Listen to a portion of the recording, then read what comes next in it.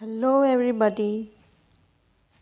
तो आज का हमारा टॉपिक है द फर्स्ट वर्ल्ड वॉर, खिलाफत एंड नॉन कोऑपरेशन।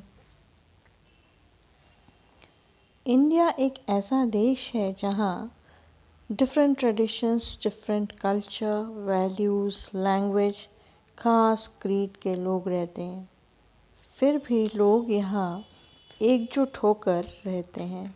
कभी भी फॉरेन इन्वेजन होता है तो हम एकजुट होकर बिना जात पात के एक साथ हो जाते हैं।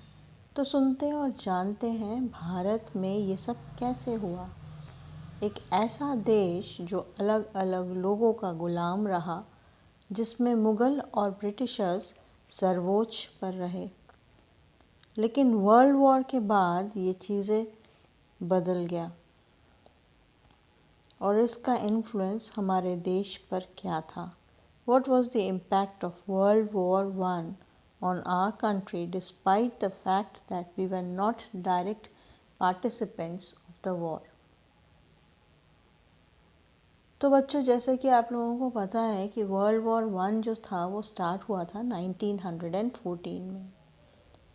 और इस वर्ल्ड वॉर वन में हम डायरेक्ट पार्टिसिपेंट्स नहीं थे। क्यों? क्योंकि हम ब्रिटिशर्स के कब्ज़े में थे, उस वक्त कंट्रोल में थे, वो हमें कंट्रोल कर रहे थे। देन अब वर्ल्ड वॉर वन जब शुरू हुआ तो उसका इम्पैक्ट क्या पड़ा इंडिया पर, ये जानते हैं। देखो बच्चों, कोई भी आपदा, विपदा, आर्थिक हानि लेकर आता है, ये तो सभी को पता है। तो एक तरफ इकोनॉमिक इश्यूज़ थे तो दूसरी तरफ पॉलिटिकल इश्यूज़ थे, जिसमें डिफेंस का खर्चा बहुत ज़्यादा बढ़ गया था। या यूँ कह लो कि वॉर एक्सपेंसेस जो थे वो काफ़ी इंक्रीज़ हो गए थे। सेकेंड जो था, गवर्नमेंट ने टैक्स बढ़ा दिए वॉर एक्सपेंडिचर्स पर। थर्ड, कस्टम ड्यूटीज़ भी बढ़ा दी गई। अब इनकम टैक्स भी इंक्रीज़ होने लगा। फिर चीज़ों के प्राइसेस जो थे वो भी इंक्रीज़ होने लगे। और रूरल एरियाज़ में फोर्स्ड रिक्रूटमेंट होने लगा। ये बहुत इम्पॉर्टेंट था उस वक्त, फोर्स्ड रिक्रूटमेंट होने लगा। मतलब लोगों को ज़बरदस्ती आर्मी में या फ़ौज में जाने के लिए फ़ोर्स किया गया। अब ये हुआ कि सोल्जर्स जो थे वो घर छोड़ के जाने के लिए, बेसिकली ये लोग जो थे ये सोल्जर्स नहीं थे, ये पेजेंट्स थे, and they were asked to join the army so that they could fight the war. तो इसलिए लोग जो थे वो पेजेंट्स थे, बेसिकली वो जाना नहीं चाहते थे। खेती बाड़ी थी उनकी। अब जब खेती बाड़ी थी, उनके फैमिली को भी वो पाल रहे थे वहीं पर, तो इसलिए वो जाना नहीं चाहते थे अपने घर छोड़कर। तो इनको फोर्स किया जा रहा था कि आपको ज्वाइन करना है आर्मी, ताकि आप लड़ाई में लड़ सकें। अब इससे हुआ ये कि इंडिया में लोग ही नहीं बचे खेती करने के लिए और क्रॉप फेलियर होने लगा, जिससे खाने की कमी या फूड शॉर्टेज होने लगा।